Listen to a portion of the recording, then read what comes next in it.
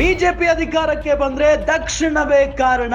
ಉತ್ತರವನ್ನೇ ನೆಚ್ಚಿಕೊಂಡಿದ್ದ ಬಿಜೆಪಿಗೆ south support.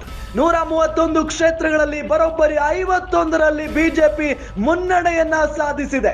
ಇತಿಹಾಸದಲ್ಲೇ ಮೊದಲ ಬಾರಿಗೆ ದಕ್ಷಿಣದಿಂದ ಸಖತ್ ಲೀಡ್ ನಲ್ಲಿದೆ ಬಿಜೆಪಿ.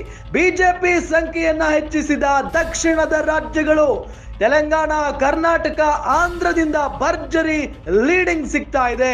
ಬಿಜೆಪಿಗೆ 3 ಕ್ಷೇತ್ರಗಳಿಂದ 3 ರಾಜ್ಯಗಳಿಂದ ಗುಡ್ ನ್ಯೂಸ್ ಸಿಗ್ತಾ ಇರೋದು ನಾವು ಗಮನಿಸ್ತಾ ಇದ್ದೀವಿ.